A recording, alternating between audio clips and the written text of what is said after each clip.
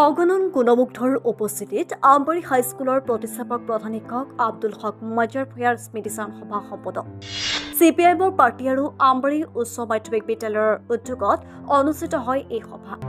এক শোকাকুল পৰিৱেশৰ অগণন গুণমুগ্ধৰ উপস্থিতিত আজি আমবাৰী হাইস্কুলৰ প্ৰতিষ্ঠাপক প্ৰধান শিক্ষক তথা কমৰেড আব্দুল হক মজাৰ ভূঞাৰ সোঁৱৰণত এখন স্মৃতিচাৰণ সভা সম্পন্ন হয়।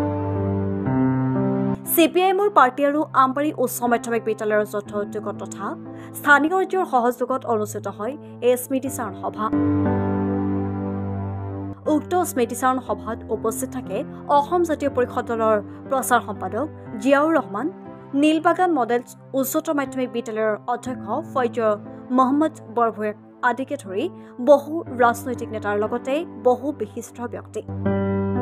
অঞ্চলৰে এগৰাকী বিশিষ্ট নাগৰিক আৰু অসমৰ কমিউনিষ্ট আন্দোলনৰ এগৰাকী অগ্ৰণী নেতা চাহাবৰ আজি স্মৃতিচাৰণ সভা। আমি ইয়াত আহিছোঁ তেখেতক শ্ৰদ্ধা জনাবৰ কাৰণে, তেখেতৰ পৰিয়ালৰ প্ৰতি সমবেদনা জ্ঞাপন কৰিবৰ কাৰণে বিভিন্ন মানুহ আহিছে স্মৃতিচাৰণ সভা। আমি যিটো কথা ইয়াত ক'লো সেইটো হ'ল যে কমৰেড আব্দুল হক চাহাব আছিলে মেহনতি মানুহৰ কাৰণে সংগ্ৰাম কৰা নেতা, এগৰাকী ৰাজনৈতিক নেতা আছিল, কিন্তু মানুহৰ কাৰণে কাম কৰিছিল। বৰ্তমানৰ যিটো ৰাজনৈতিক যিটো ট্ৰেণ্ড চলি আছে, যিটো ব্যৱস্থা, এই ব্যৱস্থাটো হৈছে দুৰ্নীতি, অনিয়ম আৰু টকা খৰচ ৰাজনীতি। তাৰ সম্পূৰ্ণ বিপৰীতে মানুহৰ কাৰণে কাম কৰিছিল। এটা গোটেই জীৱন তেখেতে এখন শিক্ষানুষ্ঠানৰ নেতৃত্ব দি বিনা বেতনে কাম কৰি অৱসৰ লৈ এই পৃথিৱীৰ পৰা মেলানি মাগি গুচি গ'ল, এটা টকাও নললে। সেই মানুহগৰাকী এগৰাকী মহান মানুহ আছিল। তেখেতৰ প্ৰতি শ্ৰদ্ধা নিবেদন কৰিবৰ কাৰণে আমি আজি সমবেত হৈছোঁ।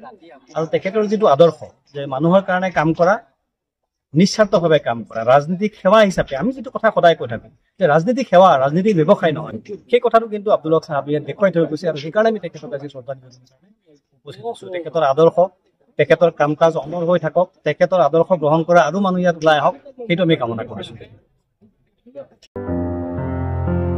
News desk report, A News Plus।